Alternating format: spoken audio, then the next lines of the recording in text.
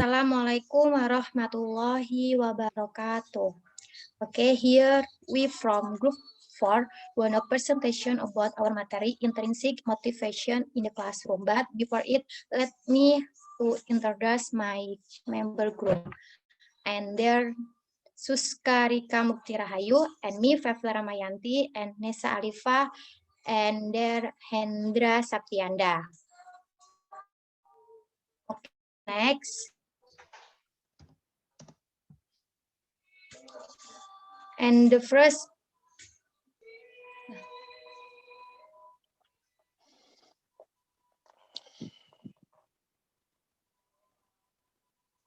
okay, they're defining motivation. Usually, how would you define motivation? Let me offer the following dictionary definition drawn from a number of different sources. Motivation is the extent to which choice about goals to pursue and the effort you will devote to that pursuit. You can interpret this definition in varying ways depend on the theory of human behavior you adopt. For the sake of simplicity, let us look at the theory of motivation in the of two opposing camps. In one of these camps is a traditional view of motivation that accounts for human behavior. A behavioristic that's important of reward and reinforcement. In the other camp, let's observe phenomena. These two traditions are described below. And next, their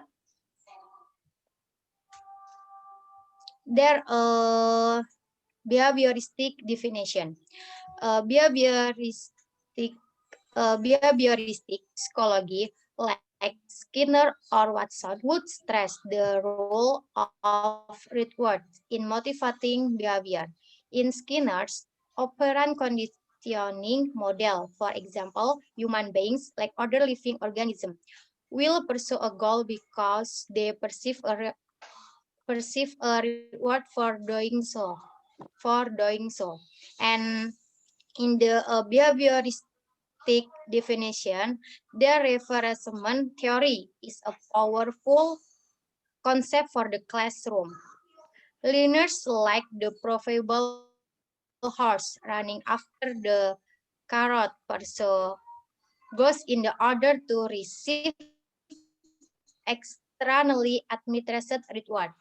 For example, defense and ultimately happiness.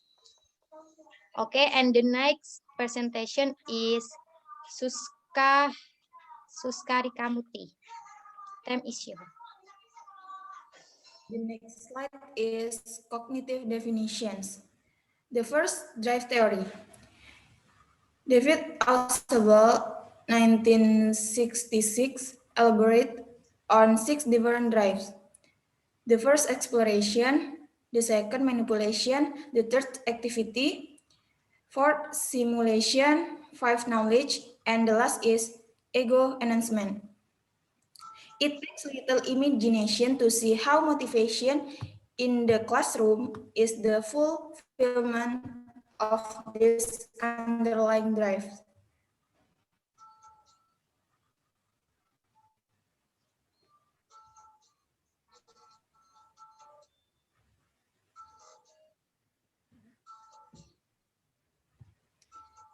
The second, hierarchy of needs theory.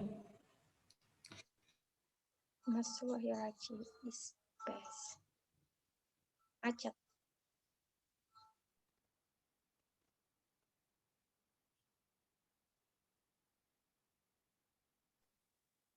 Pause. Of key importance here is that a person is not adequately energized to pursue some of the higher needs until the lower foundation of the pyramid has been satisfied. The last is self-control theory. Certain cognitive psychologists focus on the importance of people deciding for themselves what to think or feel or do. Motivation is highest when one can make one's own choice, whether they are in short-term or long-term context. Then, intrinsic and extrinsic motivation. The first, intrinsic motivation. Edward Deci defined intrinsic motivation this way. Intrinsically motivated activities are ones for which there is no apparent itself. Intrinsically motivated behaviors are aimed at bringing about certain internally rewarding consequences, namely feelings of competence and self-determination. And next is extrinsic motivation. Extrinsically motivated behaviors are carried out in anticipation of a reward from outside and beyond the self. Typical extrinsic rewards are money, prize, grades, and even certain types of positive feedback. And the next presentation is Nessa Alifah.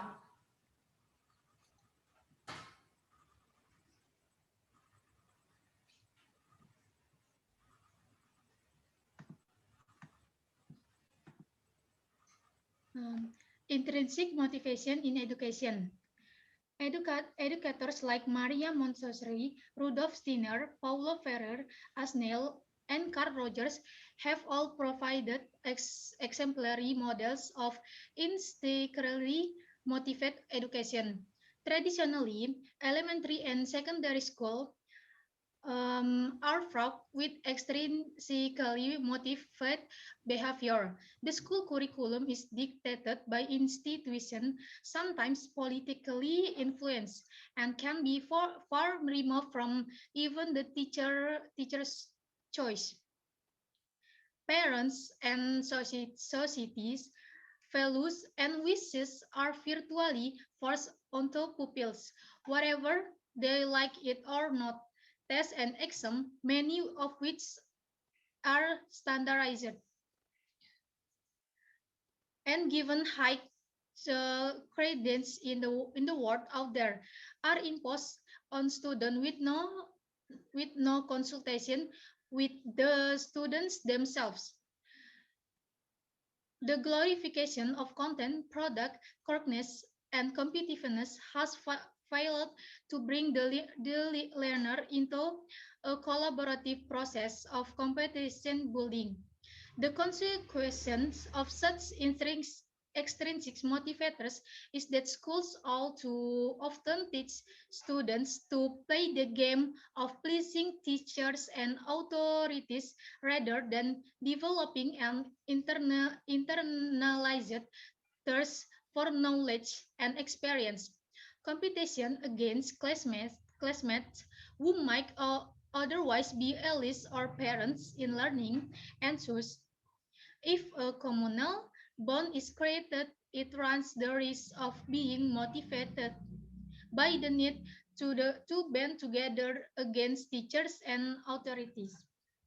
Next presentation by Hendra Saptianda.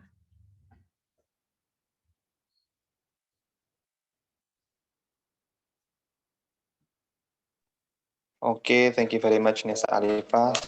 I will continue the presentation. The next is so the activities that capitalize on the intrinsic by appealing to learners' self-determination, such as teaching, language experience, approaches, and among other things. And we are doing in classroom is contributing to students' intrinsic drives, such as does the technique appeal to the genuine interest of student and etc. So throughout this, we will be reminded of the importance of intrinsic motivation principle in achieving your goal, our goal as teacher, such as delivering information to students, and as facilitator of learning, whose job it is to set stage of learning for learning, right? So the three, and then there are 10 items focused on what the teacher can do to simulate intrinsic motivation. The first one, set a personal example with your own behavior. The second one, create a pleasant, relaxed atmosphere in classroom. The third one, present the task properly. The next one, develop a good relationship with the learner. The next one, increase the learner's linguistic self-confidence. The next one, make the language classes interesting.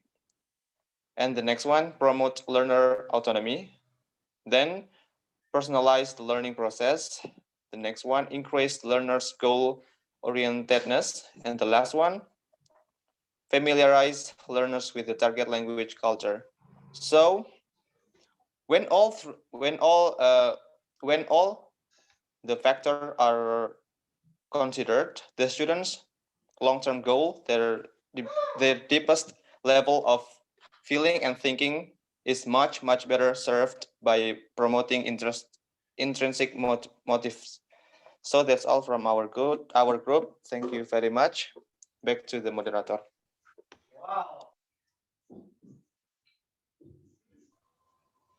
Okay, thank you all. And that's all our group